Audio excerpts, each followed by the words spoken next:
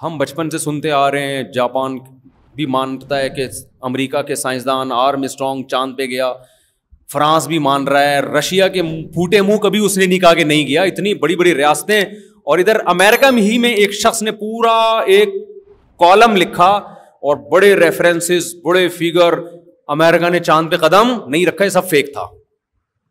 آپ کو پتا ہے اس قسم کا چورن سب سے زیادہ پتا ہے کس ملک میں بکتا ہے؟ پاکستان میں, کیونکہ یہاں ایجوکیشن ہے ہی نہیں, ان کو نہ ان ریفرنسز کا پتا ہوتا ہے, نہ سائنسدانوں کا پتا ہوتا ہے. کوئی بھی 2-4 سائنسدان جو ہم نے پڑھے تھے اسکول میں, نیوٹن, آئنسٹائن, اس سے علاوہ ہم بھی نہیں بڑھ سکے آگے, نہ آپ کو پتا ہوگا. 2-4 آپ کو اور زیادہ معلوم ہوں گے. جس کو پتا ہوتا ہے وہ اپنا پرسنلی مطالعہ کرتا ہے تو پتا ہوتا ہے, اسکولوں سے نہیں پتا چلتا. ایک وہ ایڈیسن تھا جس نے بلب ایجاد کیا تھا, اور ہے کوئی 2-4 اور, وہاں کیا نام تھا اس کا, ہاں ٹیلی فون والا ہو گیا ایک. تو جب یہاں تو ریسرچ ہی نہیں ہے نا, میڈیکل سائنس پہ بھی یہاں ریسرچ نہیں ہے, تو اب مسئلہ سارا یہ ہے کہ جب اپنی کوئی ایبلٹی نہیں ہوتی, قابلیت نہیں ہوتی, تو ریسرچ کے نام پہ کوئی بھی منجن بیچ سکتا ہے. تو وہ منجن کسی نے بیچا تھا کہ وہ چاند پہ قدم نہیں رکھا, تو میں نے کہا یار یہ ہمیں بتائے گا کہ چاند پہ قدم رکھا ہے کہ نہیں رکھا. انہوں نے کہا یہ تحقیق کا آپ کے پاس کیا جواب ہے؟ میں نے کہا تحقیق سمجھنے کی مجھ میں صلاحیت نہیں ہے, تو مجھے جواب دینے کی بھی ضرورت نہیں ہے.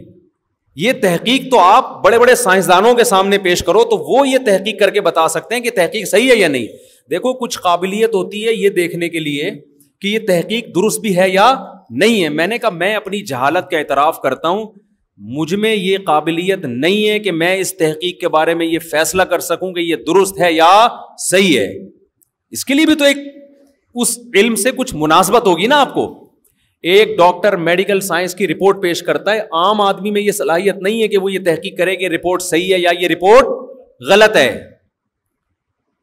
تو ایک عام آدمی میں صلاحیت نہیں ہوتی ہے. تو جب ہمیں یہ صلاحیت نہیں پر ہم فیصلہ کیسے کریں؟ میں نے کہا میں اتنا جانتا ہوں کہ جاپان کو بھی بیوقوف بنانا امریکہ نے بنا دیا, فرانس کو بھی بیوقوف بنا دیا, اور رشیا کو بھی بیوقوف بنا دیا, لندن کو بھی بیوقوف بنا دیا, ساری دنیا کو بیوقوف بنا دیا. اس آدمی کو سمجھ میں آیا کہ اصل کیا ہے. اتنا بڑا جھوٹ دنیا میں تواتر کے ساتھ بولنا ممکن نہیں ہے, خوب سمجھ لو یہ. تو جو بھی متواتر خبر ہوتی ہے نا, جب یہ کووڈ آیا تھا نا, کووڈ کرونا, لوگوں نے کہا نا یہودی سازش فلانی سازش, تو ہم نے یہی کہا کہ یار جاپان کے سائنسدان بھی مان رہے ہیں اس کو, ڈاکٹر کہہ رہے ہیں, امریکہ کے سارے ڈاکٹر کہہ رہے ہیں, پاکستان کے سارے ڈاکٹر کہہ رہے ہیں, یہودیوں کے سارے ڈاکٹر کہہ رہے ہیں, انڈیا میں پابندیاں لگ رہی ہے, وہاں کے ڈاکٹروں کے کہنے پر لاک ڈاؤن کیا جا رہا ہے. تو یہ چند مکھنچو پاکستان میں پیدا ہو گئے ہیں جن کو یہ لگ رہا ہے کہ یہ کیا ہے. یہ میں آپ کا کانسیپٹ کلیئر کرنے کے لیے اتنی تاکید سے یہ بات بتا رہا ہوں, زندگیاں برباد ہو جائیں گی ان چکروں میں. تو ایک سازش ایک کرے گا نا, جھوٹی خبر ایک اڑائے گا. ایسے یار سارے دنیا بے وقوف ہے اور ہم یہاں پیدا ہو گئے عقل مند.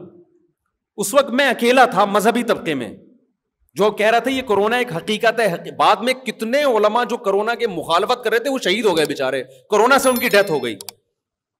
تو یہ ہمارا ایک بہت بڑا المیہ بن چکا ہے کہ ہم لوگ جو جس چیز کے ماہرین ہیں نا اس سے رائے نہیں لیتے, اور اسکالرز کی یوٹیوب پہ کوئی تحقیق دیکھ لیں گے اور اس کی کیلکولیشن سے اور اس فگر پیش کر رہا ہے اور ریفرنسز دے رہا ہے, اس سے متاثر ہونا شروع ہو جائیں گے. جب کورونا آیا تھا نا, ایک چیز بڑی پھیلی تھی کہ اصل میں یہ تو پہلے سے ان کا پلان تھا, فلاں ایک فلم تھی جس میں کورونا کا تذکرہ ہے, تو ان کو پہلے سے پتا تھا کورونا آئے گا. اس میں نے ڈاکٹروں سے رابطہ کیا, یہ کیا کہانی, انہوں نے کہا کورونا تو بہت سارے وائرسز ہوتے ہیں, تو کورونا تو پہلے سے وجود ہے, یہ والا کورونا الگ ہے, وہ والے کورونے الگ. ایک بدتمیزی کی انتہا ہے یار. افسوس ہمیں کورونا پہ نہیں ہے, افسوس قوم کی اس تھنکنگ پہ ہے کہ یہ قوم کیا ترقی کرے گی یار, جس کا ترقی کا اور ریسرچ کا معیار یہ ہے. اس کو 4 شادیوں کی باتیں کہاں سمجھ میں آئیں گی جو اس سے بھی زیادہ پیچیدہ ہیں. نہیں آ رہی بات سمجھ میں؟ باقی تو وہ تو آگے پیچیدہ باتیں ہیں, وہ کہاں سمجھ میں آئیں گی جن کا مینٹل لیول یہ ہو, جن کو یہ باتیں سمجھ میں نہیں آ رہی. پوری دنیا میں پتہ ہے سب سے زیادہ جب بھی کوئی پوری دنیا میں ساری دنیا کے سائنسدان ڈاکٹر مل کے کسی بیماری کو ختم کرنے کی کوشش کرتے ہیں نا, ویکسین ایجاد ہوتی ہے اب ختم, سب سے زیادہ ان کو لوہے کے چنے چبانے پڑتے ہیں افغانستان اور پاکستان میں. کیوں؟ یہاں فوراً اس پہ سازش ہونے کا فتویٰ, یہودی ٹیکا لگا رہے ہیں ہمیں, یہودیوں سے پیسے مل رہے ہیں.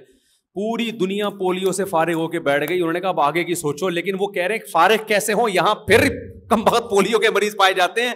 ایک پیشنٹ بھی وہ اس سے پوری دنیا میں دوبارہ سے پھیل سکتا ہے. یہ تو شکر کرو انہوں نے برداشت کیا ہوا ہے ہم کو, ورنہ تو اصولی طور پر بہت سی سازشیں بھی ہیں میں مانتا ہوں, لیکن ان سازشوں میں پھر انہی میں بڑا اختلاف ہوتا ہے. پھر دوسرے ملک مخالفت کر رہے ہوتے ہیں کہ یہ گڑبڑ ہو رہی ہے. جیسے فیملی پلاننگ کے نام پہ جو بدماشیاں ہو رہی ہیں, یہ تو سازش ہے ان کی طرف. یہ تو وہاں کے لوگ بھی مانتے ہیں, تبھی یہ سب ایک ٹاسک پہ جمع نہیں ہے. فیملی پلاننگ کے معاملے میں یونائٹڈ نیشن کی رپورٹیں کچھ اور کہہ رہی ہیں, اور فیملی پلاننگ والوں کی رپورٹیں کچھ اور کہہ رہی ہیں. سمجھ میں آ رہی ہے بات؟ یونائٹڈ نیشن کہہ رہی ہے بچوں کا گروتھ ریشو کم ہو رہا ہے, انسانیت کے لیے تباہ کن نہیں ہے. فیملی پلاننگ والے کہہ رہے ہیں بچے زیادہ ہو رہے ہیں, برباد ہو جاؤ گے. یہاں کیا ہو رہا ہے؟ بڑی بڑی قوتوں میں ٹکراؤ ہو رہا ہے. وہ آپ کو فیملی پلاننگ والا صحیح فگر ہی نہیں بتا رہا, وہ الو بنا رہے ہیں آپ کو صحت کے نام پہ وغیرہ وغیرہ.